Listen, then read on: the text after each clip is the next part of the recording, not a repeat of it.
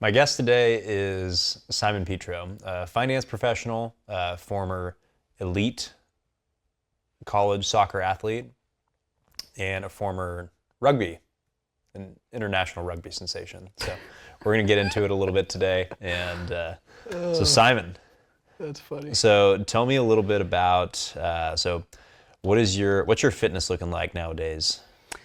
Yeah, that's a fairly broad question to some degree. It flips and flops, which I tend to find myself to be very consistent in a specific area, and then I get bored, and I ended up saying, okay, well, what can interest me, and how can I change things up to continue to keep my interest in making sure that I'm staying fit? And so, the past 6 months it was just going to the gym, bro workouts, trying to get a little bit bulkier. Past month and a half has been more functional fitness, high intensity. I feel like I've lost my bro fitness a little bit, but I've enjoyed basically kind of just switching it around. And I used to do rock climbing. I used to do a lot of different things that just would keep my interest in going back and staying fit. But it varies.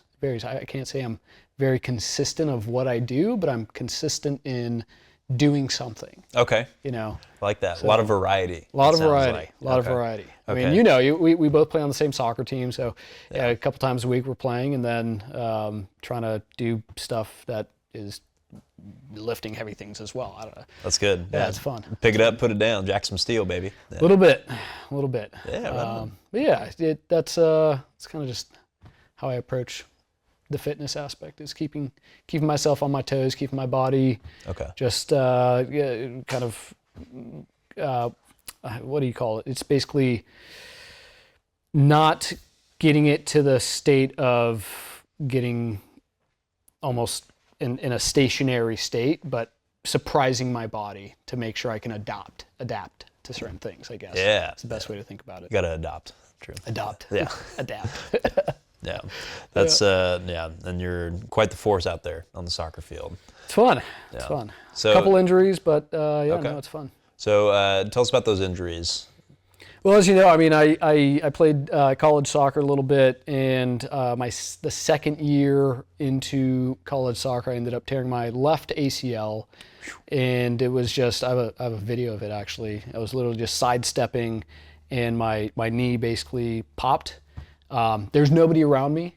It was sustained, I guess, and you see myself just go down, and then I'm like, on the floor, and if a soccer player does that, you're usually like, all right, this guy's being dramatic. Right. And people on the sideline they were laughing at me like, what the heck is this guy doing? But I was in excruciating pain. We're out in El Centro, so about a 2.5 hour drive out east, and driving back just with my knee swollen and all that. I was very confident that something bad happened. Yeah. It ended up being my ACL, MCL, meniscus, the trifecta is what they call it. Oh. And got surgery a couple of weeks later, and it was brutal. How was that recovery? That one was actually not that bad. That one was not bad. That one was 7-8 months. Okay. And I was going to the PT, to the gym 4 to 5 times a week. Yep. Actually, mainly because the college was, obviously they had their personal trainers there, and then also I would go to outside personal therapists, or physical therapists, if you will. Right. And they got me into the right state. Right. Because I was going so much, that's, I think, why I recovered very quickly. I think the main reason why it happened was I wasn't really in the gym at all. I was just going, training, a lot of speed work, a lot of just running consistently, making sure I'm getting my touches in. It was never focused on, all right, I'm going to start lifting weights on my specific muscles to make sure that it can sustain weight and massive adjustments when I'm moving my body. So I think that was a fairly large reason why I tore my left ACL. Okay, left ACL. And Left then, ACL, okay, yeah. so just to pause on that. So you talked about recovery. So recovery, it sounds like the consistency of like having the actual therapist and going all the time really puts you in a good state as far as the recovery goes with an ACL, with the trifecta, as you called it, which is not that is nothing that is nothing easy to come back from, for sure. And you talked about, which I talk a lot about with clients, and a lot of folks really, you don't realize the benefit and the value of so we can't eliminate injury, so to speak, just entirely. We can't eliminate injury risk. However, there is a lot of things we can do to help mitigate injury risk, so like lessen the amount of risk. And then sometimes with ACLs, I mean, that's kind of like the magic question, is we're not entirely sure what causes it. A lot of it's unique anatomically, but I mean, when you're actually in the gym training, which you're talking about now, you're getting your body used to those loads. You're being able to, a lot more gets involved with the kinetic chain whenever you're going down for a squat. Your glutes get involved, your hip flexors, everything, quads and everything. But go back into, so a couple things you would have done differently. You would have, number 1 through 5 would have been actually strength training beforehand. Yeah, absolutely. So initially not being silo focused on just the sport you're in. If in my case, it was soccer, playing soccer, running, touches on the ball, running. Right. If I were to do it again, it would be, okay, great, focus on the sport consistently every day that you need to. And above and beyond that, a couple times a week, also focus on stuff that you're not normally doing with your body. Okay. And that goes into more of that weight training. And I think at this point in most collegiate programs, they try and incorporate that. And they try to do that at my college. And for some reason, I personally didn't go wholeheartedly to make sure I'm loading myself up and stressing out different muscles and whatnot. Right. Okay. And that's why I think that's the reason why I tore my ACL is because of that. Got it. And so you mentioned the left one, but tell me about the right ACL tear. Yeah, the right one was almost 10 years after I first started college. It was 2022. I think you were there. We were playing indoor soccer. Maybe not. Yeah. Maybe it was not. It was in Poway. That was the game. I was not there for that game. We were just getting back after COVID. We were starting a league because we all missed out on soccer, obviously, and feeling really good. I think we were towards the end of the league, and what ended up happening was past few games I was playing really well. I was starting to go to the gym. I was just commenting to you. I was like, okay, I wasn't really going to the gym, but now I was starting to go to the gym more, doing heavier loads and whatnot. And in this case, I like to think I'm a little fast and quick. And so in this case, I was getting around people, and I was about to shoot, and I stepped and twisted, and my leg stayed stationary, and my body basically turned, and I felt my knee basically go like. Oh, yeah. And I was like, all right, I did it again. Oh gosh. And I knew I did it. I was like, all right, I'm just gonna hobble off I wasn't in pain like I was the first time, but I hobbled off, and I was like, all right, this one's gonna be brutal. So I'm not sure whether it was fatigue on my muscles or what, but yeah, you can only speculate at this point. That one took almost 2 years to recover from. Ooh, why so long compared to the other one? My thought is I wasn't consistent at doing things multiple times a week. Yep. So like I said in my example, for my first one, it was 6 times a week, focusing on building my strength back. This one was maybe twice a week. Right. And physical therapist Carter, he's great. He helped me, gave me the right workouts and stuff, but I was only really doing it 2 or 3 times a week. Okay. I had cartilage build up. And so it started to create a lot of pain in my knee. Right. I ended up getting a shot to try and fix it, and then I ended up going under again. So that was actually 2 months after I had hernia surgery, tore my ACL. A month after that, I got surgery, and then 7 months after that, I got cartilage surgery. So within a year, I had 3 surgeries. Man. Which was brutal, mentally, mainly, because if you're not doing things you love, physically at least, that's tough. So that one was a lot longer of a recovery. Okay. Yeah. Yeah, that's, oh man, 3 surgeries in a year, and your wife, and did you have a baby at that time? It actually right when I was towards the end of my recovery is when we had Esme, our daughter, and then that's maybe 2 months after that I finally started getting back into soccer. So Yeah. it was, my prayer during that time was like, hey, hopefully I don't have this pain when I'm trying to pick up and hold my daughter and go up the stairs. That was the biggest thing. Was we lived in a 2-story apartment, and going up the stairs and down the stairs, my knee was just dying. So my concern was, okay, if I'm holding my daughter, my knee gives out while I'm going up or down the stairs. Maybe that was an extreme thought in my head, but it was a concern. So a lot of prayer around that. And then obviously I honed in on making sure I'm getting my muscles up to par, you know? So so that's pretty, honestly, that's a gruesome background. I mean, you have those are probably like the biggest, other than spinal injuries, I think especially like the ligament injuries are probably the biggest injuries that young men and young women face as far as just doing like collegiate sports, professional sports, recreational sports. And so that's pretty, and I mean, you have a 7-month recovery, you have a 2-year recovery. So what would you say for somebody who's like, oh man, because getting hurt and not being able to train or work out or exercise when you have a lifestyle, that is quite depressing. I know when I broke my hand playing soccer in college, it was like it was brutal. And what would you say to someone who's going through that? Like, what got you through that certain time as a Christian? Yeah, I mean, as a Christian, is just being faithful and one on with my beliefs and whatnot and our beliefs. It's being faithful, disciplined, and staying in the Word, being joyful in everything. I think that goes a long way with people in pain who are always suffering. How did you do that? Have joy in the midst of it? I don't know if it's just something that that's just what I did. It was I think we're blessed with the Holy Spirit, and when we're staying steadfast in prayer, we are given gifts of joy, and being joyful in everything is, I believe, a fruit that we're given to some degree. Maybe I'm off on some of that stuff, but personally, it was just being joyful in everything. That's just part of what is shown in the Bible.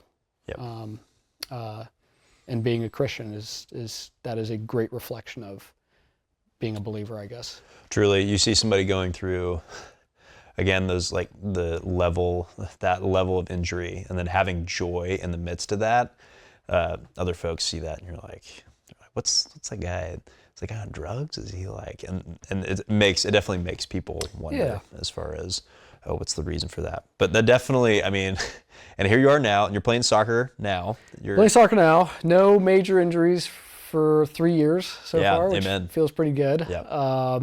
But I think at this point in life, as being in corporate and just working a normal job, past 3 years has been focused on working out consistently, making sure, like I said, keeping my body adapting to different environments of either stressing and putting a lot of load on myself, or being more high intensity, pushing myself cardio wise. I think that goes a long way.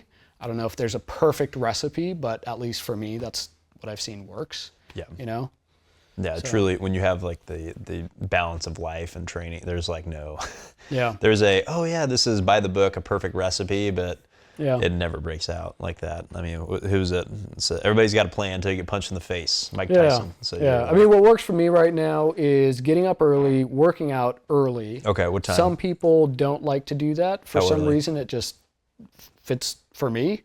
Anywhere from 5 a.m. to 7 or 8, anytime between that window. So I'll end up getting up right away, going to work out. Right. I might not even have coffee. I might just roll out of bed and do my high intensity workout at a specific class or whatnot. And that's something that I've enjoyed. And then throughout my day, I have a lot of energy. Feel really good. I might be a little bit more tired towards the evening, but it's just one of the ways I say, okay, here's a time that I can just be able to go focus on doing one specific thing, not think about work, not think about really much of anything. And then towards afterwards, I try and get into the Word, or maybe before. But the rest of the day is, okay, let's work and then focus on family. Right. Spending time with my daughter, spending time with my wife, being able to have that time to to do those things. You know? That's great. Being present, especially too with with the demands of your job and then all the other things. That's definitely a gift. And you don't have that hanging over the back of your head. When you get your workout done early in the day, number one, you feel good about yourself, right? You're out there, you know it's going to be beneficial in the long term, in the long game, and then you're able to be present with your wife and with your daughter. Congratulations, by the way. Yeah. Coming up. Second one's coming in. Yeah, all right. Yeah, so trying to keep the motivation going with my workouts. Yeah. But I do notice sometimes if I don't work out for maybe a week, it's really hard to get back. Oh, how so? Really hard. Yeah, talk about that as far as like being a dad and training, like the difficulties that come with that. I mean, I think when I think about how hard it is to get back, it's more around the taking the step to go and be like, all right, I'm going to go get back into a routine. If I don't work out for, let's say, a week or two because I'm sick, my body feels weaker. I feel less motivated. Not a good thing, but laziness might come into play. I'm like, I can just get to working out tomorrow or something like that. So those sorts of mentalities tend to sneak in a little bit more when I'm not disciplined and continually trying to work out either 3 to 4 times a week. So and then for how it affects my spending time with my family, my wife, I actually get really tired easily throughout the day. So at the end of the day, I'm already exhausted. Oh, when for you're not some working reason, out. when I'm not working out. Yeah. When I do work out, I end up having a little bit more energy. Yep. Sure, I might be sleepy, but physically, I feel good. Right. You know, so that helps on all sides. Yep. Helps with work, helps with family, helps mentally, Yep. obviously, because you're not feeling like a sluggard. Yep. And that's always a good thing. Yeah, being a sluggard's the worst. So the fact that you have these injuries, you're out here, you're married, you got a little one, you have another one on the way.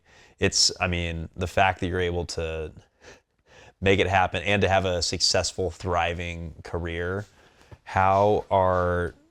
it's a miracle you're sitting here right now and you're able to still play soccer. So what would you say? Yeah. So given your background, so can you go a little into your background as far as growing up in Southeast Asia? Yeah, I mean, growing up in Southeast Asia, we grew up in the Philippines, in the jungles of Southeast Asia, and it was just part of life to be out and about. And what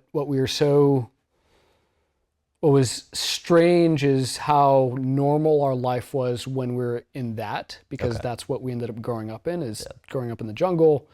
My dad and mom built our house. They built a landing strip so that we could get supplies. We had to hike 4 to 6 hours, depending on who's coming with us, to get to where we lived. That's and wild. Get out.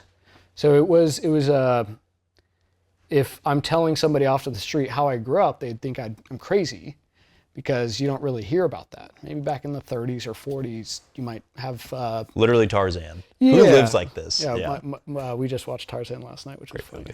I was like, Esme, you're going to love this. Phil Collins. Oh, man. He did that for all of us. She didn't like Clayton, the guy with the Who gun. does? Yeah, I don't know. She was like, I don't like that guy. I'm like, all right, I'll fast forward. Anyways. Did she start crying? No. Okay, no, that's luckily. good. Yeah, she's tough. Yeah. So we grew up in the jungles, and it was really just running around, making traps, catching, building houses, jumping in the rivers, jumping off cliffs into the waterfalls, stuff like that. That was just part of our normal day-to-day life, building rafts and rafting down the river. My parents gave us a lot of freedom to do a lot for being in the middle of the jungle, which is fairly surprising. You don't really see that now in this day and age for kids. It's really hard to be like, go out on the street and kind of play and do whatever. Right. Even maybe 20 years ago, that it would have still been normal. Yeah, go walk over to your neighbors a couple blocks away. Right. But at least from my point of view, maybe because my daughter's still young and I'm not obviously letting her do that, but you're not seeing that anymore. Whereas before, at least in the jungle, it was just very open. Hey, go have fun with your friends. Make sure you're getting back maybe before dark. If you're past dark, let us know, obviously, and let us know where you're going. So we could be like, hey, we're going to go up that mountain. I don't know where and specifically in what area of the mountain, but we're going to be going up that mountain. What a way to grow up. Oh my gosh. Yeah. How would you say that affects your mentality now, living in America, where you have all the comforts, all the anything you could ask for. Yeah, I kind of battle with that at times. On the one side, it's like, okay, we are very comfortable in living in a wonderful home and having a backyard and, being able to Uber eat stuff when we are too lazy to go get food. Right. Just extreme stuff that is absurd to even say. And thinking about how we grew up, it's just it's complete opposites. Yeah. And so on where I'm at now is like, hey, we don't want to take this for granted. Everything that we have is a blessing. It's not even ours. Yeah. And God has truly just looked after our family and taken care of us so that we can hopefully glorify him in giving to the church or giving to other missionaries and being able to do stuff that most people that maybe aren't believers would just say, hey, that's weird. Why would you give money to a church or missionaries or whatever, right? Yeah. But it is when we're buying stuff that kind of increases our comfort or stuff that you don't really need, it's like, it can be a struggle at times, I guess, is what I'm trying to get to. Not to say it's bad, it's just the contrast of how I grew up and where I'm at now, it's so different. And so it's just something that I just continue to work through, talk with my wife about, and make sure that we're always wise with the decisions we make on the finance side, how we bring up our family, and how we portray certain things. Yeah. Truly. How is you and your wife working out together? How is it? What's the for you guys, the importance of fitness together as a couple? She, most people would probably say she's more athletic than I am. She definitely is.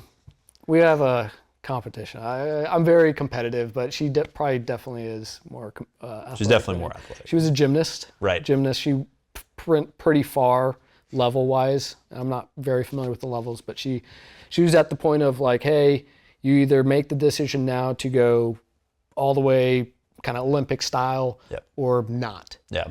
She ended up not, and kind of doing soccer and volleyball and all these different things. Yeah. She's very fast, and she ended up becoming a personal trainer. Oh yeah. Before having a kid, but she actually has helped me continue to be consistent because she's very consistent. Yeah. Okay. She definitely has comments around when I'm bro lifting versus high intensity. She likes my bro lift sort of gains versus. Oh, she lets you know, huh? Starting to get lanky to some degree. She definitely lets me know, but she supports me nonetheless. So I try and make sure that I look good for my wife. I think that's very important. It's huge. Making sure before we got married, we were both very active and athletic and stuff like that. And so then after you got married, you're not active. You don't want to completely change who you are right after you get married. Yeah. And I probably wouldn't change either way, but just making sure that, hey, this is the person you married, and you want to make sure that you're maintaining aspects of who you were. Not to say change is bad. Right. It's just making sure you're that person. Right. Right. So staying consistent, working out has been very helpful for me to make sure I'm looking good for her. And I just want to look good for her. Yeah. And make sure I'm healthy for my kids. Yeah. Let's go. My dad is very healthy. He works out every day. He's very old. He's like 60 or so. No, I'm joking. He's not very old. It's a miracle. And everybody thinks he's like, what, 40 or so? And so that example has definitely helped out. My mom looks very young for her age. Yeah. Both of them have been very consistent, and I think it just leads back to that consistency. Yeah. If I were to just not have my siblings, all of them work out as well. And so there's a running joke in the family, at least growing up, was Simon's going to be the fat one. And I just didn't want to be that, because at times, I can get lazy and be like, all right, I'm not going to work out for whatever. And so I'm very competitive, like I said, so I don't want to lose my competitive edge by not working out. Right. Yeah, truly. Yeah. Especially, after how hard you've worked to come back from everything. And it's incredible. So there's a couple things you referenced. So your background growing up, and being a good dad, having your parents who poured so much time and effort into raising you guys in a godly household, and that's truly what a blessing. And I mean, so to have that with your background and to have a man like that, as far as like setting the standard for you, what does a good man look like? Like, what kind of a man do you strive to be? Like, what are some qualities? Yeah. I mean, that's a really, really good question. I think zooming out, big picture, the most important quality is godly, faithful man. Godly, faithful. Mm-hmm. What does a godly, faithful man look like? Yeah. Basically, a man who's above anything else glorifies the Lord in what he does. Yep. And so what that ends up kind of going into when you're starting big picture and you start going down into what that looks like even more is, okay, how does he walk day to day? Is it very clear that he is a believer and is going about his day with the focus of glorifying the Lord? Yep. And then aside from being faithful and glorifying the Lord, somebody who's diligent in taking care of their family, and how they take care of the family is working really, really hard so that they are able to at least, provide for their family, as well as being able to do stuff for their family. Yeah. Being selfless. Yeah. I think that goes a long way as a man, because it's, I think I, for some reason, continue to hear some men who might have younger families or older families, they aren't kind of, they're being more selfish in the time that they have after work and whatnot to do the things that they want, Right. versus being like, hey, I worked, how can I go home and work and help my wife? Yep. Because she also worked. Right. How can I go home and spend time with my kids so I can be a good father, right? Yep. How can I be wise with how I treat, how can I be wise being a parent? How can I be wise being a husband? And I think that goes a long way as well. But Truly. I think I just hit on a bunch of random things all Yeah. in one sort of you were kind of pocket. shotgunning, But yeah. I think that's big picture what I think of. And some people have different ideas, but those are my thoughts. Yeah. Yeah. Awesome. Thanks for sharing. So with that, what are three pieces of advice you would give to someone in the corporate world, man in the corporate world, as far as balancing why fitness is important, balancing your family life, being a husband, being a father, balancing your career, and then also training the discipline of actually working out? Three pieces of advice. Basically, your question is, how do you do everything all at once? At the Correct. same time? Yeah, and then This is going to be a random kind of number one, if you will, but I'm a person that needs sleep. Okay. That's a random first point, but sleep goes a long way to be able to do all the things that you just mentioned. Yeah. Work, providing for family, being fit, and doing all that. So I personally love to sleep anywhere between, I think my Apple Watch tells me my average over the past 6 months has been like 9 hours. I sleep a lot. Nice. And I need it. That's huge. If I don't sleep a good 8 to 9 hours a night, I just feel a little bit more tired than I would. Yep. So that's one focus. Above and beyond that, making sure that mentally, before I even start the week, I'm always like, hey, I'm going to at least do 4 general workouts, not including soccer and stuff I love. 4 general workouts of stuff that I might Resistance not enjoy. training, you mean? Resistance training, bro lifts, Okay. Weights and whatnot. Starting that in the beginning of the week to say, I am going to do it. I have this specific gym that I go to that I'm able to sign up for the specific times I'm going. So I'm like, hey, I'm going to just do it beginning of the week so I can make sure that I am going to stick to that. Yep. The other thing that's helped me is communicating with my wife of her working out so I can give her the time to work out. Yep. While I also will work out. Yeah. So I try and give her mornings, and before that, I'll go work out so that she can have a morning. Okay. So the consistency of starting early in the week to decide, hey, I'm going to be working out X amount. Yep. And then lastly, being family focused in a godly way, I guess, is very important. Yeah, tell me a little more about that. And what I mean by that is the consistency of staying in the Word as well. In fact, that should really go first above anything else. But staying in the Word, showing to your kids that are growing up that, hey, you know, this is something that my parents do every single morning. They open the Bible, they read the Word. What's funny is I've noticed my daughter, she'll wake up in her crib, she'll ask for her Bible now. Amen. And so we'll give her Bible, we'll step out of the room, and she'll just be reading for 5 to 10 minutes. I'm like, she's not reading, she's 2 years old, but she's just looking through the pictures, and she's like, hey, I want my Bible. So give her the Bible. And that's something that's just been very, very precious. Yeah. But starting with that every morning also goes a really long way. So those are high level, I guess, 3 different things that I hit on. Yeah. That's it. All right. Yeah. Awesome, man. So any like last line, any like sort of quote or scripture that sticks out to you? Yeah, I mean, our bodies are slowly dying. Yeah. I mean, we're going to die, 100% chance that we're going to die. 1 out of 1, yeah. And so all of the fitness aspects of what we do, we definitely can't make it an idol. Obviously, that's not, it's not good, but also it's not why we're here.